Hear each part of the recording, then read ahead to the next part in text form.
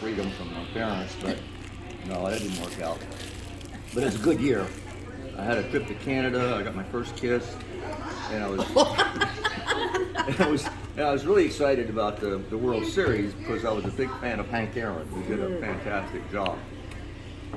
But the thing that I most vividly remember about October 1957 was standing in my front yard and watching that little yellow dot trace across the evening sky. Anybody remember what that little yellow dot was? Sputnik 1. Oh, I was going to say, I know it wasn't ours. But, Yeah, Sputnik 1. So, the Soviet Union surprised the whole world, and not the least, they surprised the United States intelligence community, left them flat-footed and embarrassed. So the intelligence community had to do something to make up for that, and one of the first things they started doing was establishing listening posts around the world. And the one that I'm familiar with was codenamed Taxman, and it was in Iran or Iran or Persia, which in those days was our ally. And Taxman was right on the border with the Soviet Union. And I know about it because I later worked with a guy who was there. So what were they doing? They were collecting signals intelligence, or SIGINT. And the way they were doing it was listening in on the Soviet satellites, radio signals coming down, and also listening in on the radio signals going up from satellite ground control station in Russia. So this guy was still doing that 20 years later when I met him, but he had a lot better equipment. He told me what they were using back then in 1957, a Radio Shack scanner and pencil and paper. But they learned an awful lot. And like I say, the guy was still doing the same kind of stuff 20 years later with a lot better data and a lot better equipment. So I don't know if Darrell was excited about it, but I kind of think he was, because he had already had a career in the Air Force by this time. In fact, he'd worked with atomic bombs, among all things. And now he was back at OSU studying for his electrical engineering degrees. And his field was electrical or electronic communications. So I expect he was probably pretty excited about Sputnik as well. So now, fast forward 7 years to 1964. An awful lot has happened. We've been through the Cuban Missile Crisis. We've gotten involved in a land war in Southeast Asia. Our relations with Russia are terrible, and not that great with our allies either because of Vietnam. And so it's really important that we keep track of what they're doing. So in these same 7 years, the technology has improved leaps and bounds, and computers are starting to come into their own. And they didn't have an internet yet, but they were working on it. And when they did get an internet a few years later, it would only be available to government scientists and engineers and some contractor engineers working for the government. Ones like Darrell, Wilhite, a brilliant young electrical engineer working for Hughes Aircraft in California.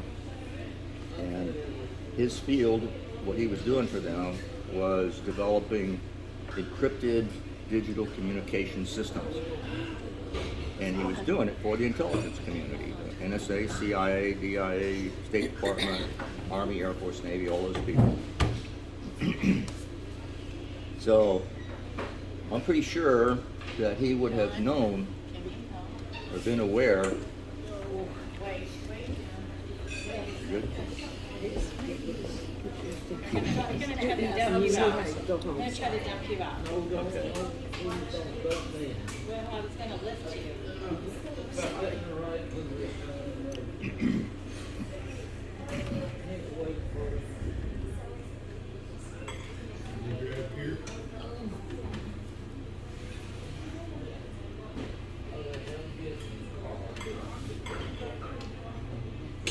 Getting ready to leave. Yes. Okay. Sorry, y'all keep going. Okay. Are you coming back? Yes. Please. Okay. Well, I'm pretty sure Darrell would have known when another group of brilliant young engineers from Ling Timco Vought, they apparently saw the handwriting on the wall and they realized that the government was about to start spending billions on collecting SIGINT and processing SIGINT. And they started a small company in Garland, Texas called E-Systems, primarily to collect and process SIGINT. So a year later, 1965, Darrell Wilhite joins E-Systems Garland as well. And that same year, E-Systems Garland and Collins Radio in Richardson, Texas, are tasked by the government to build this huge, state-of-the-art, multi-million-dollar sprawling facility smack dab in the middle of the Australian desert. 1,000 miles from any major city, 11 miles from Alice Springs, which was just a sleepy little cattle market town with only 7,000 people. But that would grow to 27,000 in a few years. Oh my word. So Darrell didn't immediately get involved with that. His first 15 years, he was traveling around the world. He worked in a different department of E-Systems at that time, the communications department. And he was traveling around the world, visiting at least 50 countries, including Vietnam, and installing encrypted digital communication systems. Now, who needs encrypted digital communications? If you've watched TV or any spy movies, you might know that every single American embassy in the world is also a CIA intelligence collection station. And so they've all got a top secret vault with top secret communications in it. Now, Darrell didn't say this, exactly what he was doing, but I think that's what he was doing. He was installing these radio systems in this top secret vault in every embassy in the world, practically. So, That is that was his first 15 years. So, And he just told me and Mom, I just can't tell you where I'm going, and he'd just take off, and we didn't ask. She probably knew not to. No, we both, yeah. In 1980, we he just started supported getting him. involved with the Australian site, and also with two other ones. There's one in the United States and there's one in England. And I've got to tell you about these sites. Every major computer facility, government or civilian, typically has a false floor. Sometimes it's only a foot deep. The ones I'm familiar with, including in Australia, are 3 foot deep. So originally they had 20,000 square feet of false floor. That's 100 feet by 200 feet. Then they added another 10,000 feet. Then when I was there in the 90s, they added another 20,000 feet. So that's an awful lot of crawl space. So the reason for it is so that they're covered with these tiles. They're 2 foot by 2 foot, and they're ceramic and aluminum, and they're quite heavy. But you can lift up the tiles and you can crawl under the space. And you need that because all of this different computer equipment is connected with electronic cables. Oh yeah. And so some of these tiles have a little hole in them. So people, when they're installing new equipment or changing old equipment, they can crawl under the floor there, and they drag the cables and they connect up to the new equipment. Now, with the pace of technology, you can install a state-of-the-art system, and 2 or 3 years down the road, it's either obsolete or it has to be updated. So there's continually changes taking place, and that's why these false floors are important, because you can always put in new systems, you can move around the old systems, you can update the old system, but each time you do, you typically have to have manufacture new electronic cables, and you get people to crawl under the floor and hook these things up. Get me in there. Well, that's what we were doing, and you'll Oh, my notice word. I have a life of here's hearing a about lady that. that's 56 years old at the time, and here's another one that's 65 years old at the time, And they went in and those, they crawled in were those. they were helping us. Yeah. Now, is it climate control? Is it really hot, or I mean, it's air, so it's pressurized. I'm going to say So it's Alice pretty Springs chilly is down always there. hot. I mean, Yeah, it's pretty it chilly seems down like there. it. In fact, it's Oh, with the pressure. cold. If you All open right. up just one tile, you got this big Oh, wow. tornado blowing up through there, and it Wow. reminded me of when I was a kid standing up in a convertible going 100 miles an hour, and you could barely breathe, and that's the way the air was coming up out of the floor. Interesting. You know? But once you get under there, then it's all calm and everything. Huh. So, Wow. So when I got involved with Darrell, I had 20 years in the Air Force, mostly in intelligence field, and I got out and I was taken on by E-Systems, and over time I worked my way up to be a program manager, and in the early 90s I was tasked to do a series of major modifications to the Australian site, and that involved placing new systems, moving old systems, upgrading things, manufacturing new cables, pull them under the floor, all of that. Now, Darrell had been working for years on these sites, and he knew them all like the back of his hand. He was really familiar with them.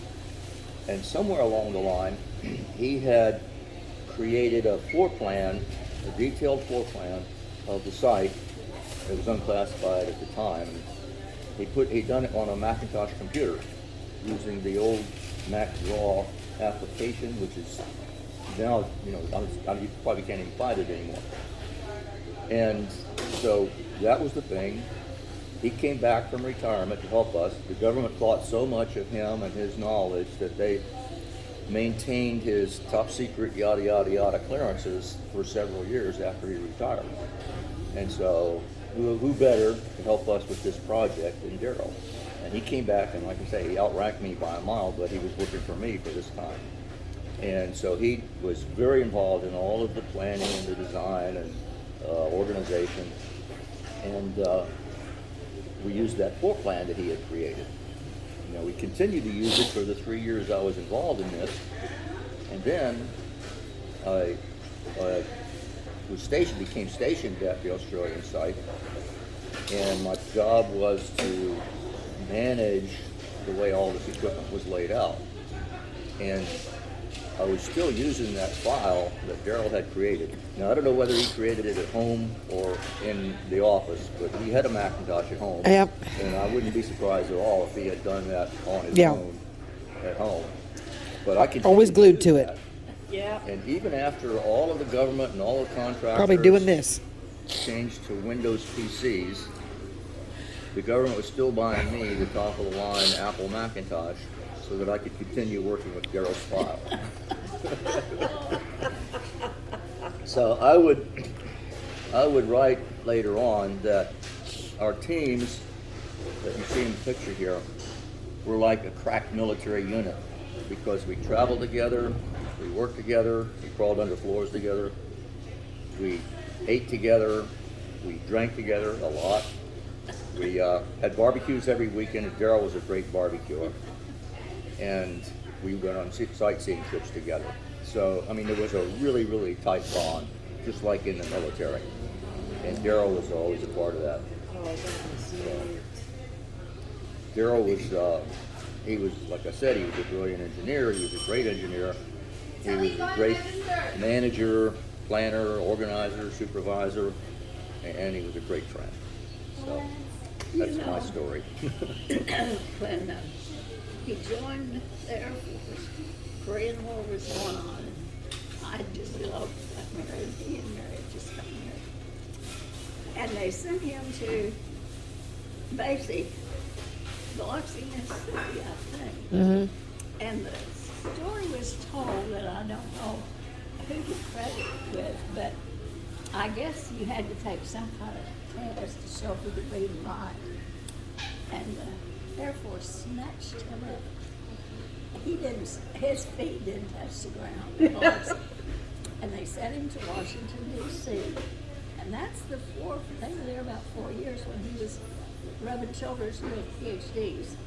And he had fiddled around his first year in college. I remember this because I was dating his best friend. And he didn't crack the buds. And I remember him telling us one time, one of the math classes or something, the instructor passed all the tests, but he didn't go to class. And the instructor tried to tell him, said, you need to come to class. Oh my gosh. And I don't know, the outcome of all that. We're gonna take that with us and get back throughout your chips.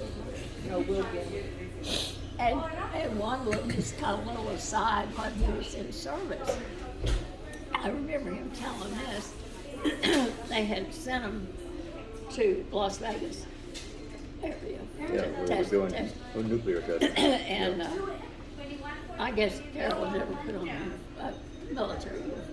I don't know if he had to. I'm not sure. But the boss, whoever it was, had told the crew, we need to step outside. There's a bunch of congressmen here wanting to, glad hand the truth. And Darrell said, if this guy comes down the hall, and you'd have to know this, he's a local politician from Maryland. Oh, Wickersham? Yes, Wickersham. And he stuck it, Darrell said he stuck out his hand and said, you're D.B. Wilhite's son. Yeah, he tells about it in that Does story. he tell about that? That was just Victor beyond. Wickersham. Yeah. But That's something. it's unusual to start with, at least in those days, to have a recruit who's got some college. Yeah. So they were going to pay attention to him right away. Oh yeah. But to get involved in the atomic bomb program when you're that young and inexperienced, that was pretty amazing. And I'll never forget the day Mary took off for Biloxi. Darrell's already there. She had never driven on the highway. And Darrell's dad, he was loading the car. And we were out there on Dakota Street. And he'd say, Mary, there isn't any room for more here. You're gonna have to shut this down. The last thing he put in that car was the ironing board. And this girl literally took off from Biloxi with about this much room in the front seat. And that car was high to the ceiling. And she had not driven. That's a long way. That's a long way. But, it was fun. Just giggle about it. Girl's tell dad you. shook his head, Yes. and he'd say, no, you can't. But she did. She said, watch And me. She made it. Watch me. Man, Wow. those school systems at that time when they were all going to school up until I think about the 70s were some of the best in the state. And the reason I know that is because when Mother went to college her first year and Bill went to college his first year, Bill said it was just review for them because they had been so advanced in everything that they were teaching here. And the teachers didn't work 9 to 3 or 9 to 4. They were there very early in the morning preparing, and if you didn't catch something, you stayed after till you got it. I mean, people would be there till 5 or 6 o'clock, learning and stuff. And they had some of the best teachers, didn't you?